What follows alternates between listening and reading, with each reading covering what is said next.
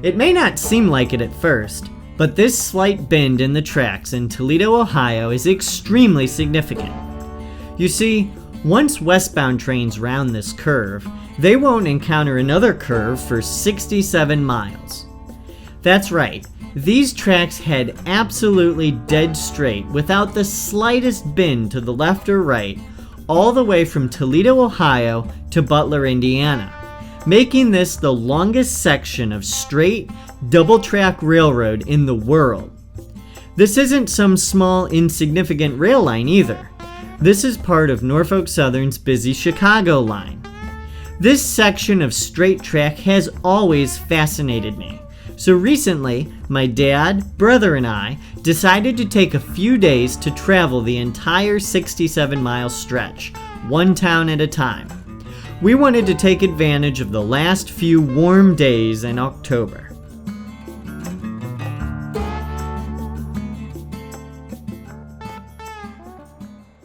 We decided to begin our journey at the Toledo Amtrak station, about a mile and a half to the east of that curve we talked about earlier. The curve seen here is technically the next to last curve trains encounter before they tackle the 67-mile straight between Toledo and Butler.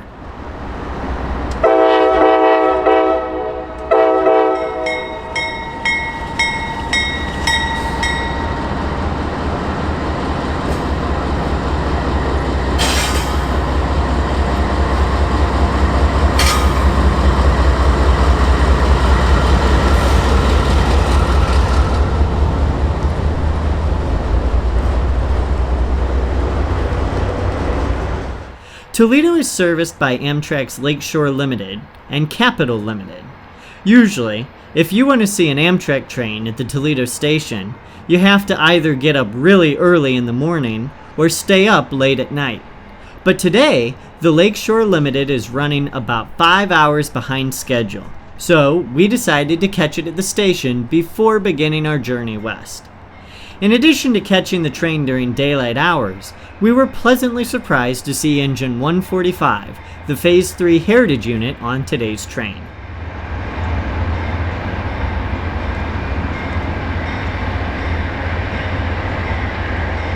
Train 49, the westbound Lakeshore Limited, usually departs Toledo at 6:15 in the morning, with Train 48, the eastbound version, departing at 3:15 in the morning. Major cities serviced by the Lakeshore Limited include New York City, Boston, Buffalo, Cleveland, Toledo, and Chicago. The other Amtrak train servicing Toledo, the Capital Limited, departs at 5:22 in the morning when headed west and 11:49 at night when headed east.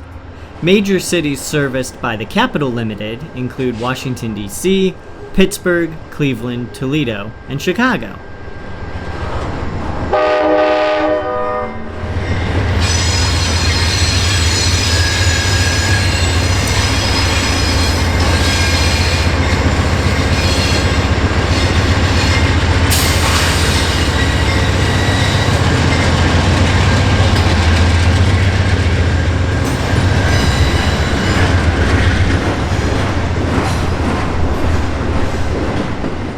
To celebrate their 40th anniversary in 2011, Amtrak painted locomotives in their 4 previous phases of paint schemes.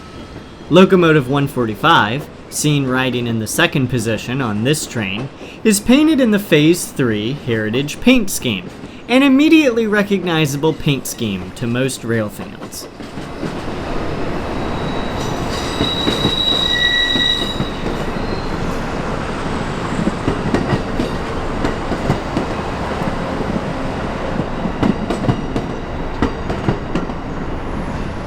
Moving back west, we once again find ourselves at the last curve before the tracks head straight for 67 miles. This is the Toledo Intermodal Terminal, sometimes referred to as Mega Terminal. Conrail originally built this intermodal facility back in 1994, and in 2012, under Norfolk Southern ownership, the facility received a $12.4 million upgrade. The terminal sits adjacent to Airline Junction, which connects the east-west Chicago line with access to Detroit and other parts of Michigan. As we set up our camera just south of the yard, we were excited to see our second heritage unit of the day come into view.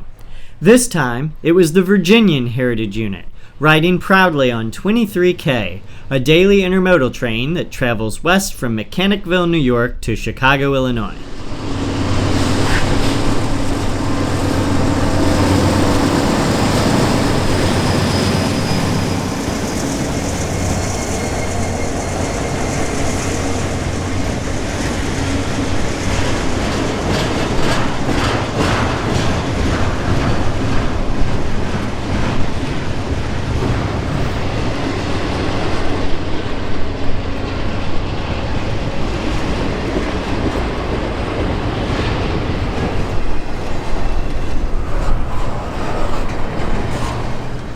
Prior to the 2012 improvement project, the yard had been operating below its maximum capacity because the tracks and signals desperately needed an upgrade.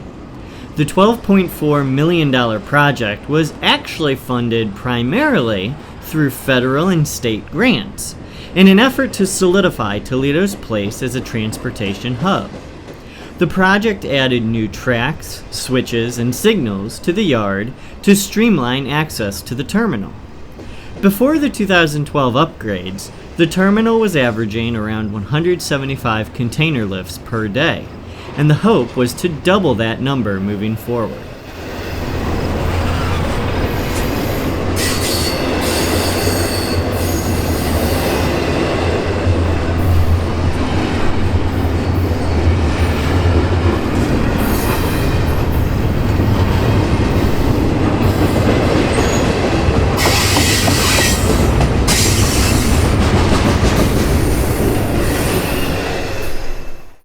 During our 67-mile journey west to Butler, Indiana, we'll explore the towns of Holland, Swanton, Delta, Wauseon, Archbold, Stryker, Bryan, and Edgerton. Our first stop is in the Village of Holland, located at milepost 297 on the Chicago line. My earliest memories of watching trains were here at the Holloway Road grade crossing, back in the Conrail days. There's a nice park next to the tracks featuring an old caboose with a Norfolk and Western paint scheme. Our first train is an eastbound intermodal. Eastbound trains will reach the Toledo Intermodal Terminal in just 7 miles.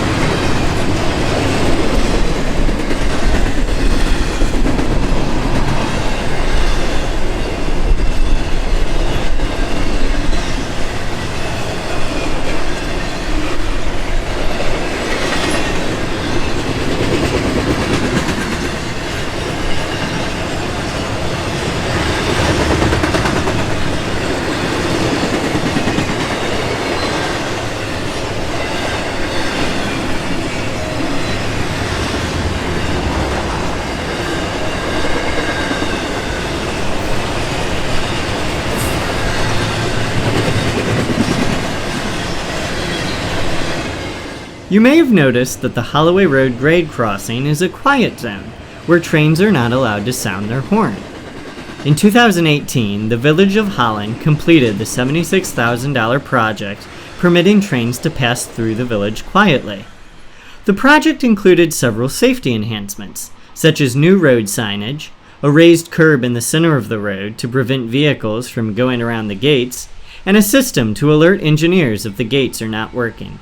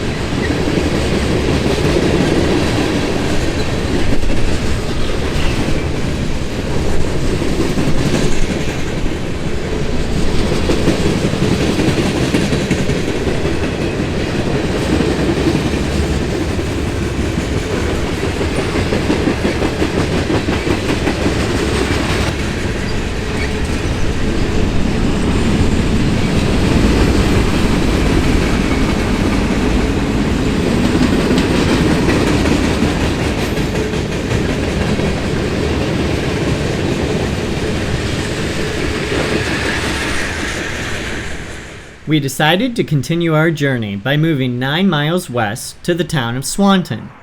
A few years ago, Norfolk Southern constructed a 7-track staging area just east of town to hold coal trains.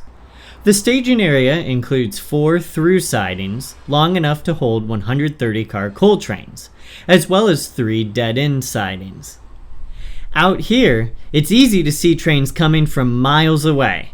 The only thing preventing us from seeing even further is slight rises and dips in the track's elevation.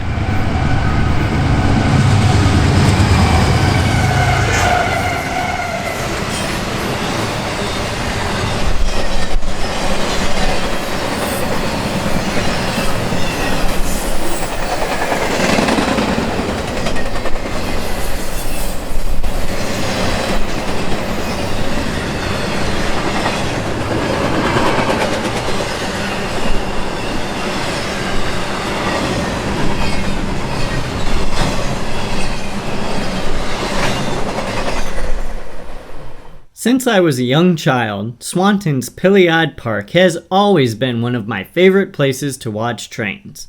The caboose, featuring Swanton's zip code, has been here as long as I can remember. And by the looks of it, this is the same paint that was on the caboose when I was little too.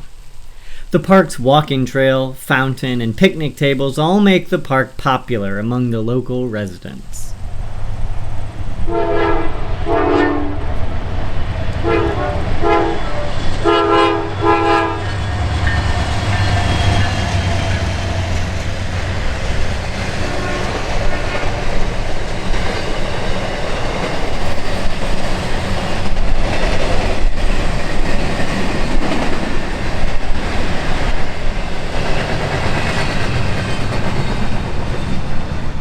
Next, we move 6 miles west to the village of Delta.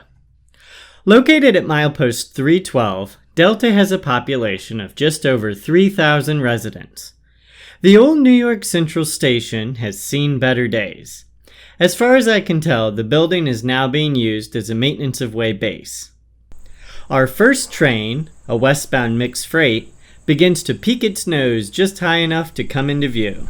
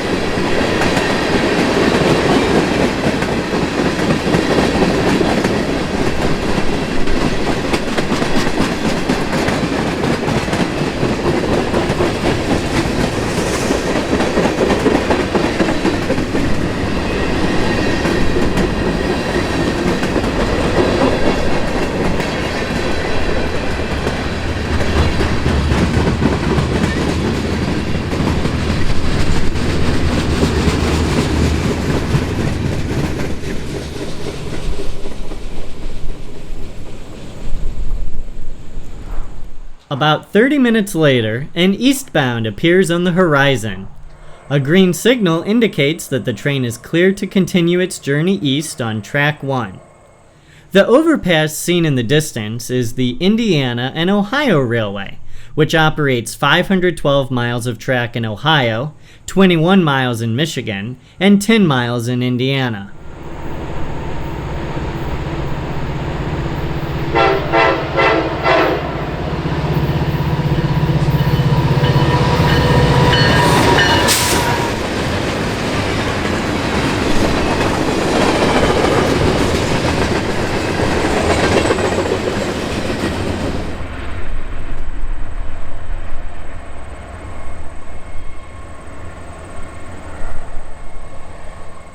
As we moved 8 miles west to Wauseon, we were pleased to see that the depot in Wauseon is getting much better treatment than the one in Delta. The park surrounding the depot even features a caboose and a wooden train for kids to play on, both of which were looking great with relatively fresh coats of paint. The park was such a nice place to relax that we decided to eat lunch and enjoy the passing trains for a couple hours.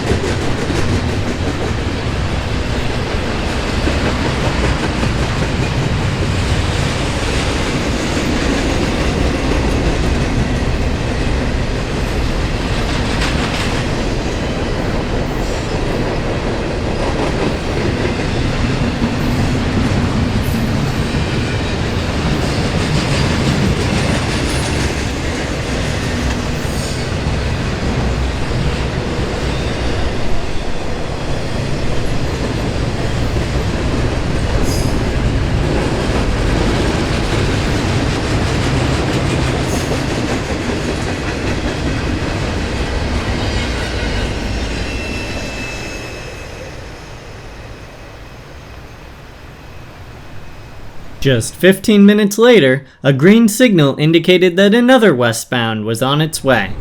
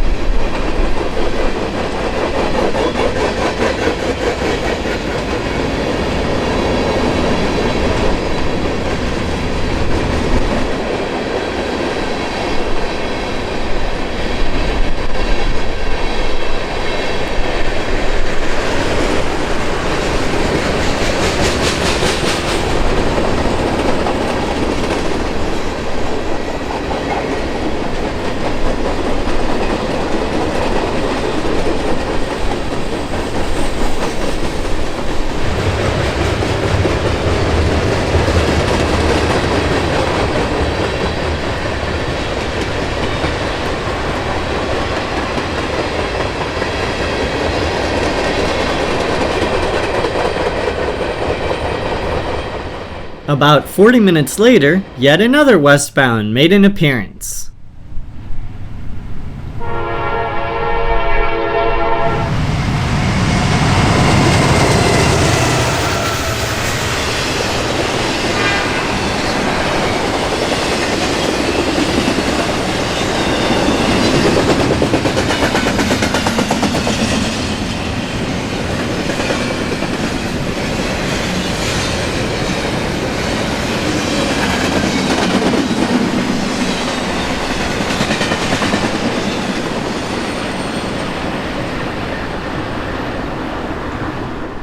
Just 10 minutes later, it was finally time for our first eastbound, an autorack train with Union Pacific power. This was the first time we saw a train with foreign power on our trip.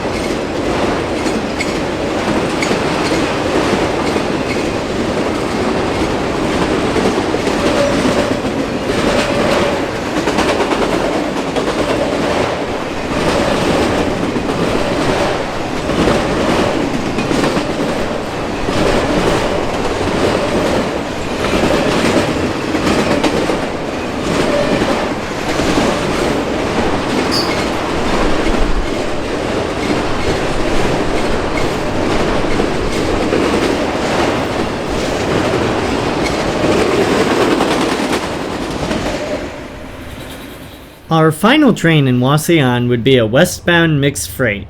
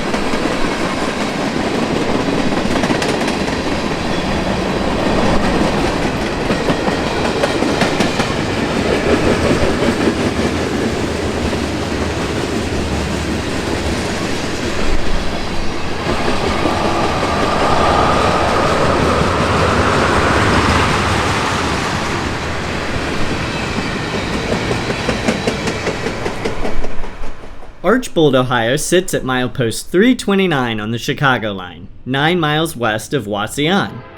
As with most of the towns we visited, the railroad tracks pass right through the center of town.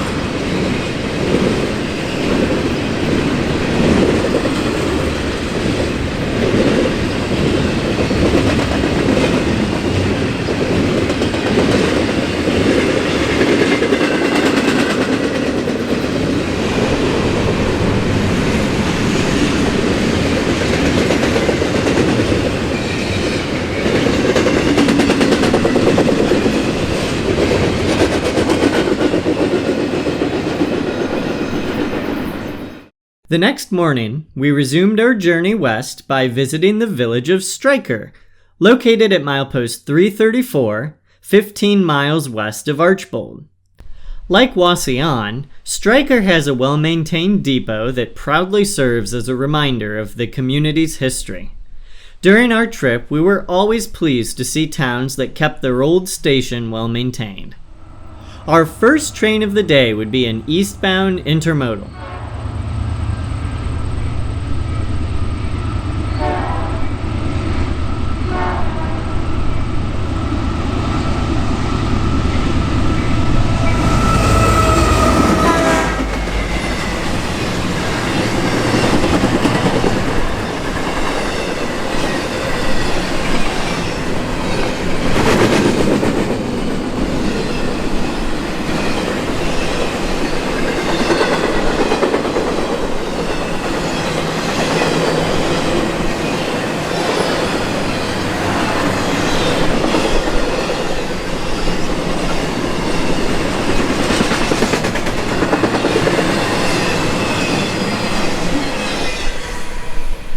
Later that evening, we returned to Stryker on our way back home to catch the Reading Heritage Unit leading a westbound intermodal. A few minutes before the Reading arrived on scene, an eastbound intermodal threatened to block our view of the approaching westbound.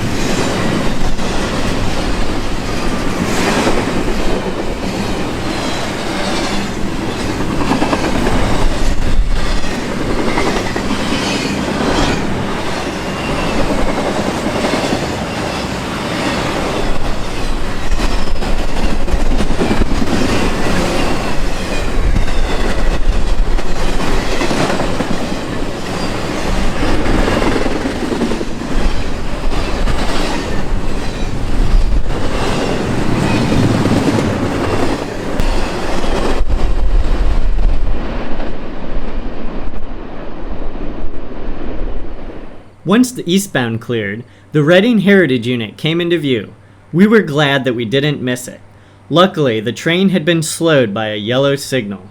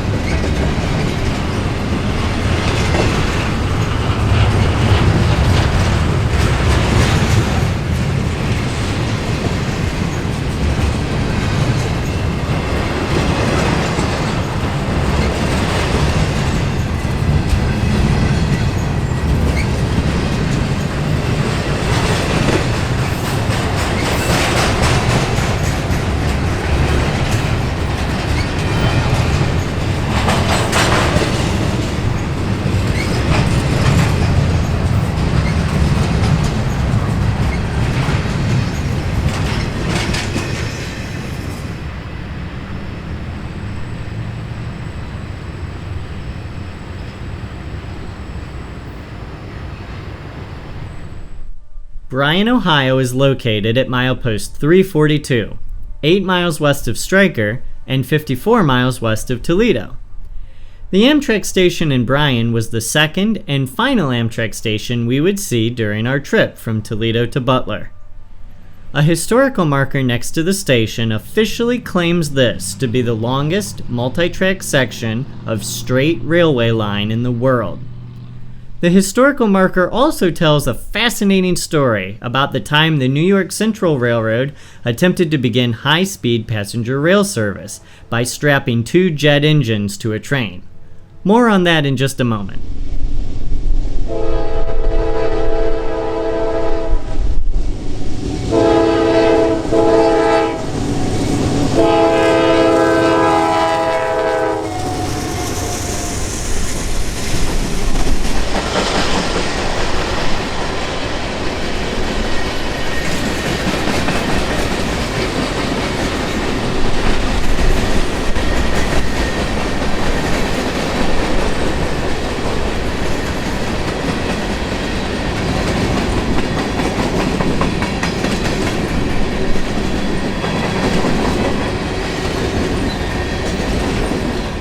Let's get back to that story on the historical marker that I referenced. On July 23, 1966, the New York Central Railroad set a record that stands to this day for the highest speed ever attained on a railroad in North America. The speed? 183.85 miles per hour. To achieve this kind of speed, they needed a very long section of straight track, so they chose this area. The New York Central Technical Research Department mounted 2 jet airplane engines to a passenger car to reach the desired speed. They had to close all of the road crossings that would be affected by the test, since the gates wouldn't be able to be lowered in time for a train going that fast. Of course, the New York Central never did operate a high-speed passenger rail line, but the test is an interesting piece of railroad history.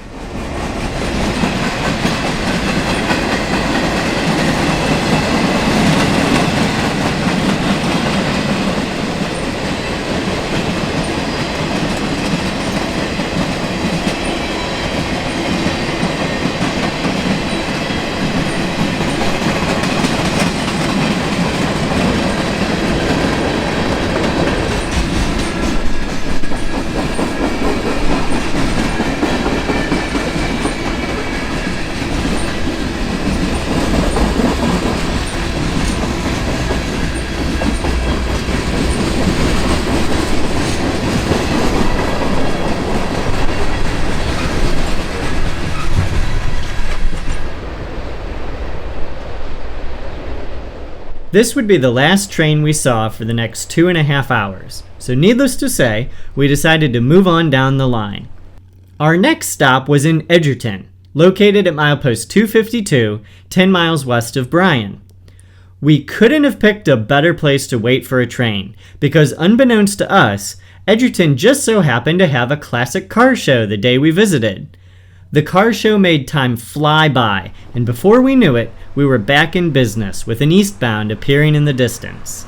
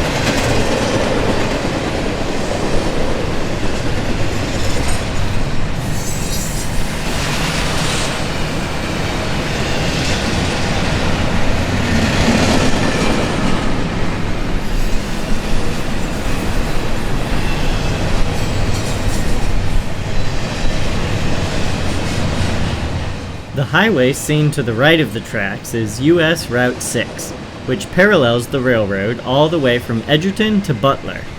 The 6-mile drive is a fun one for rail fans because the road stays right next to the tracks the entire time, creating great opportunities to drive right alongside trains moving at maximum track speed.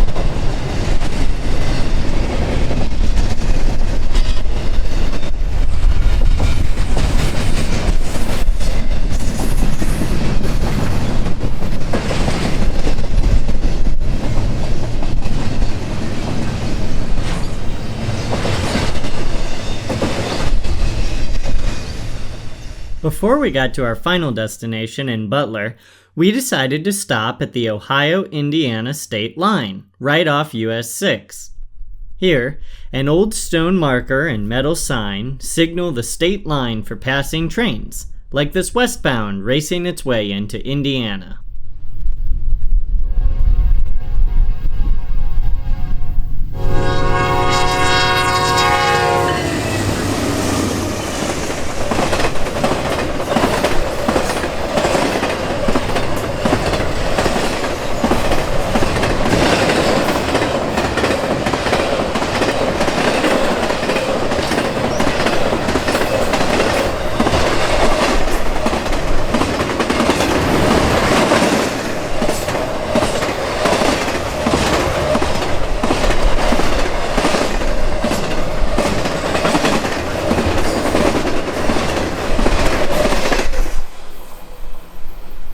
We made it to our final destination, Butler, Indiana. Here, at Control Point 358, Norfolk Southern has a junction with one of its north-south lines, running between Detroit and Fort Wayne. The junction includes sidings that enable trains to transfer from one line to the other.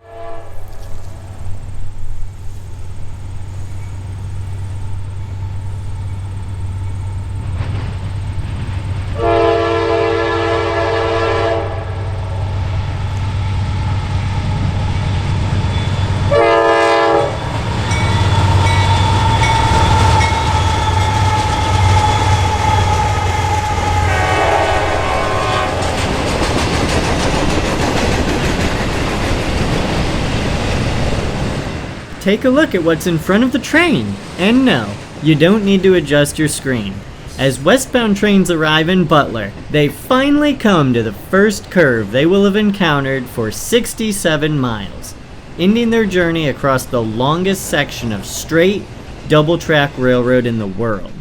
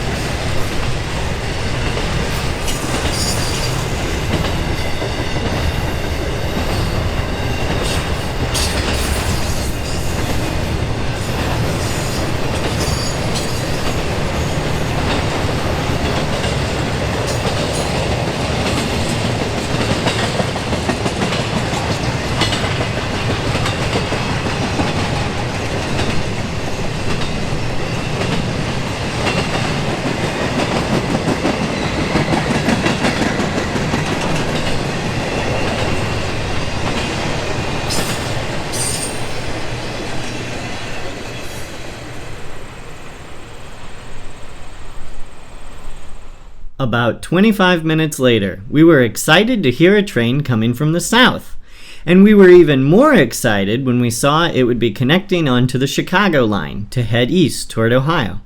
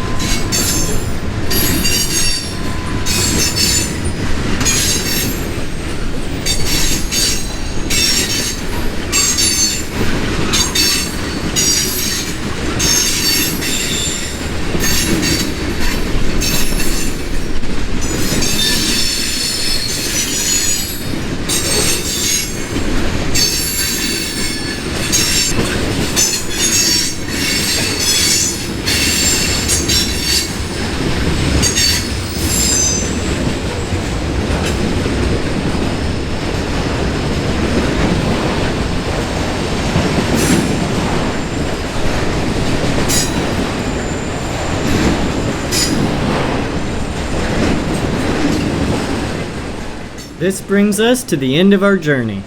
I hope you enjoyed exploring this part of Norfolk Southern Chicago line as much as I did. If so, please take a moment to leave a comment below. I always read through all of your comments. Also, if you liked this video, chances are you'll like the other videos on my channel.